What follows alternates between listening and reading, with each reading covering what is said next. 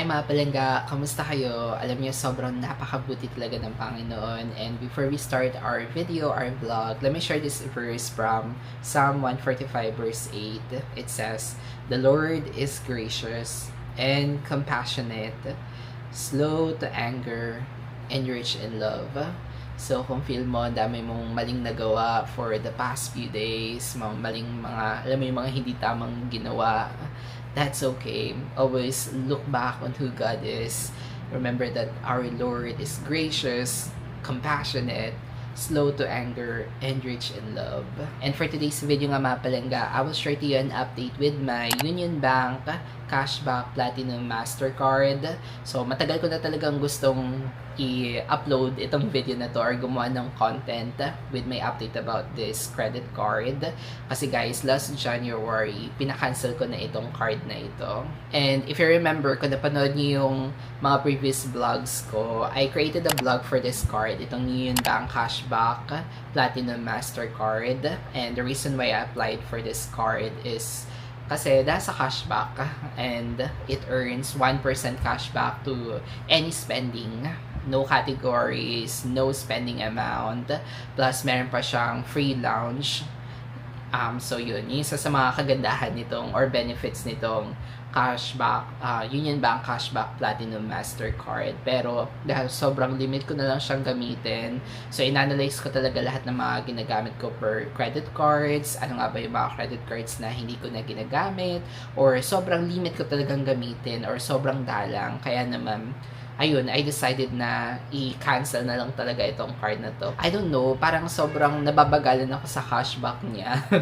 Siguro, pero sobrang okay yun na 1% cashback to any spending na wala ka nang iisipin pa mga category, wala ka nang nire-required pa na mga spending amount para maka-earn ng cashback. So, sobrang goods din talaga nitong card na to. Pero, comparing the cashback na na-earn ko from the other types or other credit cards na meron ako, yung Amore, yung HSBC, and mas lalo na yung bago kong credit card na China Bank Home Visa Platinum na 5% cashback to all spending. So talagang nag-decide na talaga ako na ipa-cancel itong Union Bank Platinum Cashback Mastercard ko. So ito nga guys yung bago kong best credit card ngayon, itong China Bank Home Visa Platinum. So, nag-decide na talaga ako, in-analyze ko lahat ng mga spending ko, tsaka yung mga rewards, tsaka yung mga cashback na na-earn ko. So, mas mataas pa rin yung mga cashbacks na na-earn ko. Though, may mga may mga required spending yung iba, yung HSBC, tapos yung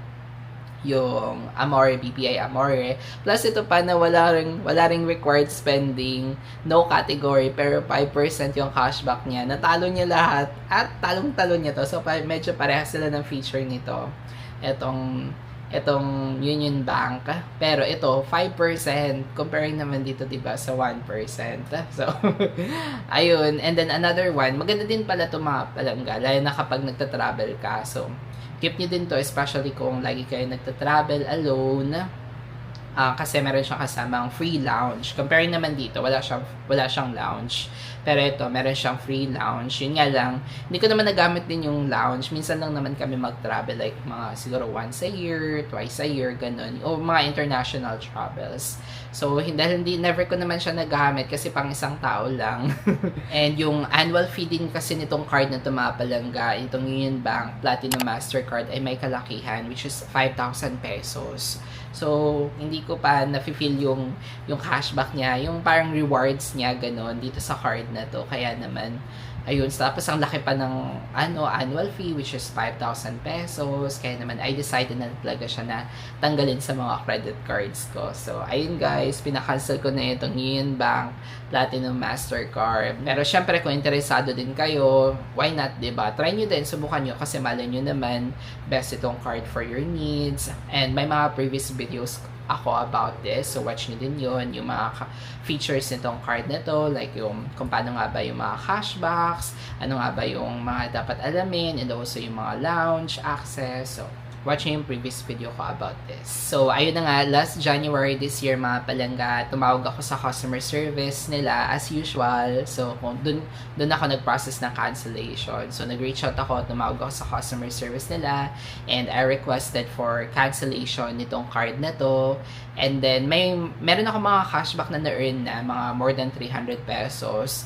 Pero, forfeited na siya kapag na-cancel yung card. So, nag-proceed pa rin ako sa cancellation, and it's okay for me kahit ma-forfeit yung 300 pesos kasi naman sa antayin ko pa na mag 1 year shot, ma-charge na ako na annual fee. Wala naman ako nakuhang alam mo yung welcome gift or anything with this. So, sa kanila na lang yung cashback na yun. Kasi ma-charge ako ng 5,000 pesos sa annual fee din. And mas luging-lugi din ako, diba? Hindi ko na nga siya masyadong nagagamit, plus na-charge pa ako ng todo. So, ayun na nga guys, I am no longer using this card na from Union Bank. Itong Union Bank Platinum Mastercard, Cashback Platinum Mastercard. So, hindi ko na siya ginagamit. Pero, meron pa of course ako natitirang card kay Union Bank. Itong Union Bank Visa Platinum or yung rewards. Ayan. Ito naman guys is NAFL naman siya. So, it's okay kahit gamitin ko siya or hindi kasi wala naman siyang annual fee.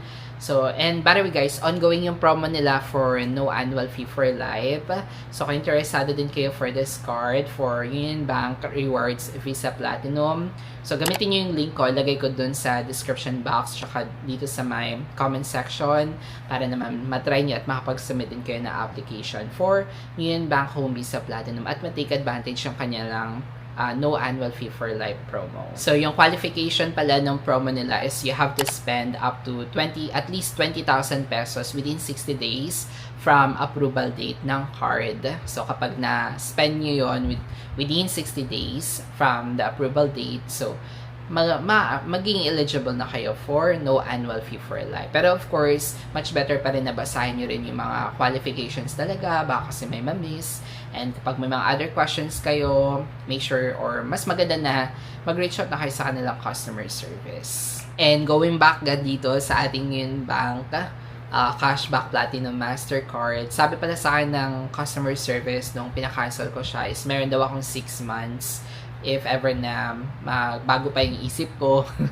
So, pwede ko pa siya mag-request to reactivate within 6 months. Pero, I think, hindi ko na siya request for reactivation kasi nga, I'm all good na. Especially lalo na itong Home Visa Platinum Cashback Card ni China Bank na 5%, diba? So, talong-talo niya na talaga kasi 5%. Ito 5% and medyo parehas sila ng feature na lahat ng spending, all categories, across categories, no spending required amount. So, medyo mas panalo to. Tsaka mababala yung kanyang annual fee nito. Nasa 3,000 pesos. And then, mas malaki yung chance na ma-earn mo talaga yung cashback na yun. Kaya, for me, panalo pa rin talaga to. Kaya, ayun, I'm happy na nag-decide na ako to cancel this card, nabawasan din yung iba kong card. Yung nga lang, nadagdagan naman tayo. Parang pumalit lang itong China Bank Home Visa Platinum dito sa ating Union Bank Cashback Mastercard. And by the way, if you also interested getting this card mga palangga, itong China Bank Home Visa Platinum. So, meron akong video about this. Watching yung previous video ko with this card. So, sobrang okay for me. Okay talaga sa akin talaga itong China Bank Home Visa Platinum. Very good for me. And I think it's really good decision din talaga mga palanggan na evaluate natin yung mga credit cards natin. I mean, yung mga naging spending natin sa mga credit cards natin. Kung sobrang dami na nating mga credit cards, like more than 5 na or mga 10 na yung credit cards natin. So, maybe it's time na para i-evaluate natin kung ano nga ba yung mga credit cards na hindi talaga natin masyadong ginagamit or alam mo hindi na talaga natin nagagamit-gamit na. So, baka it's time na para ipa-cancel yun. Lalo na kung meron siyang annual fee or nagbabayad tayo na annual fee, diba? So, much better na ipa-cancel na lang natin, ganun. Kasi, alam niyo baka may something pa mangyari. Though, may maganda din naman, may benefit siya kasi in case na may emergency, meron ka additional card or other card, pero kung sobrang yung dami nyo ng credit card mga palangga. So, I think much better to decide na and to evaluate our credit cards, kung ano nga ba yung mga cards na ikikip natin, ano nga ba yung mga cards na hindi na natin gamitin, and maybe it's time to let go those cards na kapag hindi na talaga natin nagagamit.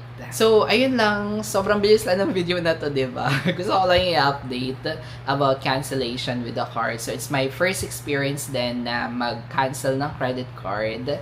And wala namang masyadong mga negative side na sinabi yung customer service about cancellation. Siguro, isa sa mga naano ko din, yung kay China Bank.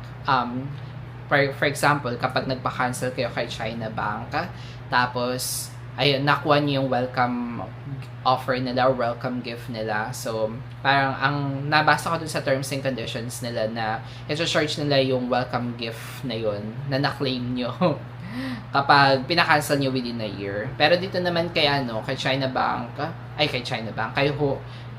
di ba, nalilito na ako kasi sobrang dami mga cards. Dito kay Union Bank, wala naman ako nakuhang dito, welcome gift offer. And it's a nice try kung okay nga ba siya sa akin or hindi. Pero kung frequent talaga kayong nagta-travel alone, 'di ba? So I think this card is really good for you para may kasama pang cashback at saka meron pang kasamang lounge access, 'di ba, sa ating mga travels. So depende na talaga kung ano nga ba yung mga cards na, so isipin niyo ano nga ba yung mga cards na beneficial for you, kung ano nga ba yung mga cards na lagi nyong ginagamit, ano nga ba yung cards na madaming kayong na-earn na cashback, ano nga ba yung mga cards na madaming features kayo na nagagamit. So, those are the cards na i-keep nyo, syempre. Pero, kung may mga cards kayo na hindi nyo talaga nagagamit na, tapos nagbabayad pa kayo ng annual fee, so, maybe it's time to let go those cards na din. Okay, end na natin itong video na to. It's a nice try for this Union Bank Platinum Mastercard, and that's it. Thank you guys for watching, and see you all in our next vlog. Bye!